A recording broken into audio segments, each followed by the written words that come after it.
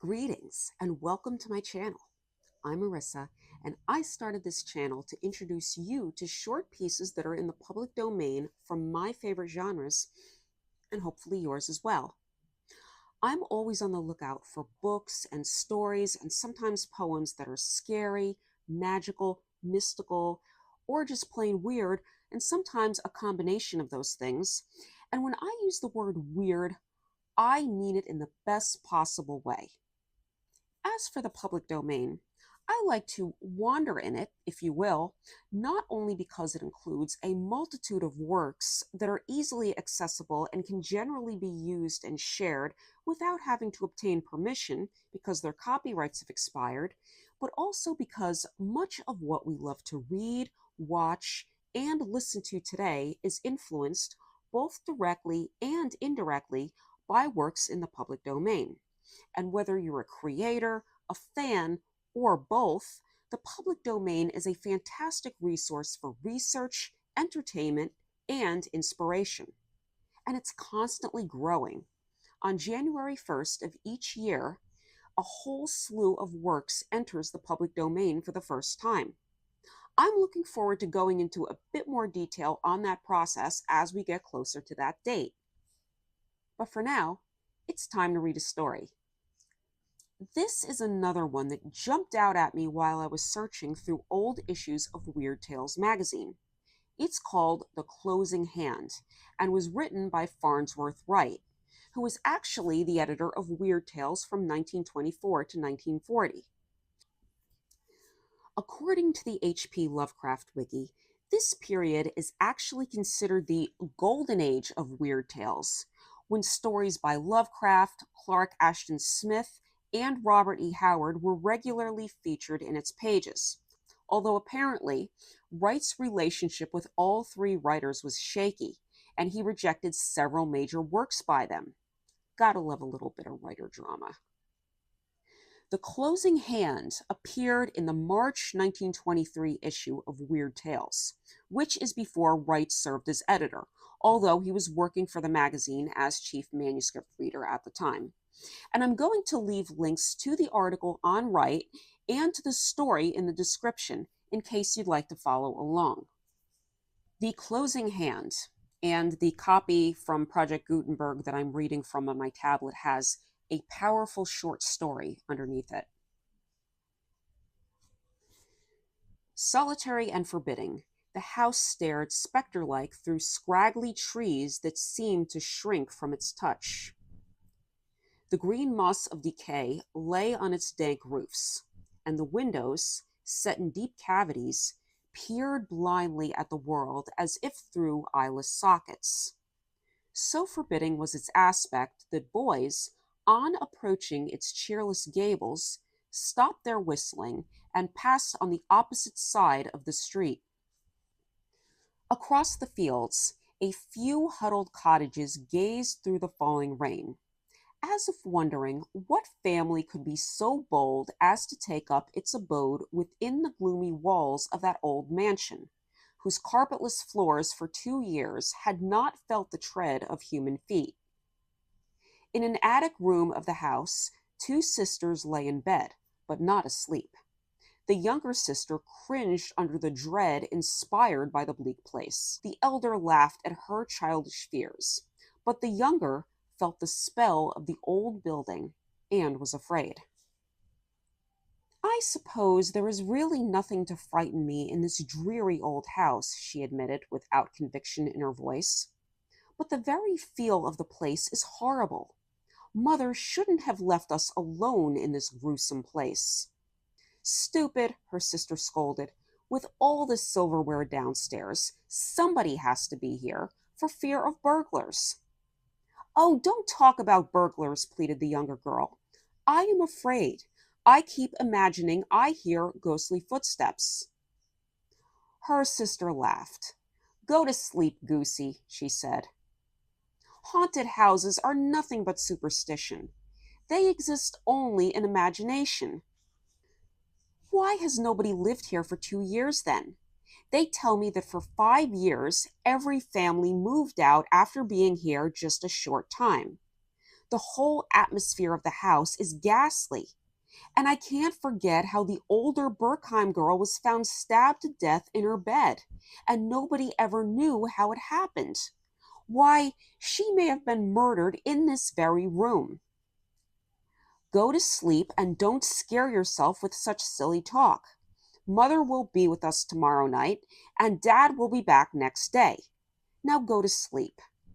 The elder sister soon dropped into slumber, but the younger lay open-eyed, staring into the black room and shuddering at every stifled scream of the wind or distant growl of thunder. She began to count, hoping to hypnotize herself into drowsiness, but at every slight noise she started and lost her count. Suddenly, she turned and shook her sister by the shoulder. "Edith, somebody is prowling around downstairs," she whispered. "Listen. Oh, what shall we do?" The elder sister struck a match and lit the candle. Then she slipped on her dressing gown and drew on her slippers. "You're not going down there." "Edith, tell me you're not going downstairs. It might be that murdered Berkheim girl. Edith, don't."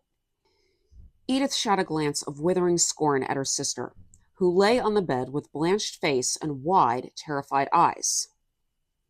"There is something moving around downstairs, and I'm going to find out what it is," she said. Taking the candle, she left the room. Her younger sister lay in the darkness, listening to the pattering of rain on the roof and straining her ears to catch the slightest sound. The noise downstairs ceased, but the wind rose and the rain beat upon the roof in sudden furious blasts that made her heart jump wildly. 10 minutes passed, 20 minutes, and Edith had not returned. A door slammed, and the younger sister thought she heard something moving again, but the wind began to sob and drowned out all other noises. Between gusts, she heard the portentous sound, and each time it seemed nearer. Then she started as she realized that something was coming up the stairs. Once she thought she heard a cry, to which the wind joined its plaintive voice in a weird duet. Nearer and nearer the strange noise came. It mounted the stairs, step by step, heard only when the wind and rain softened their voices. It passed the first landing and moved slowly up the second flight, while the girl fearfully awaited its coming. The wind howled until the house quaked. It shrilled past the eaves and fled across the fields like a hunted ghost. And now the girl's pounding pulses drowned out the screaming of the wind, for the presence had invaded her bedroom.